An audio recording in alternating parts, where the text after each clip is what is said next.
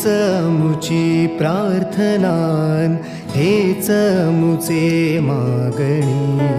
हीच मुची प्रार्थनान, हेच मुचे मागणी. माणसाने माणसाशी माणसासम वागणे.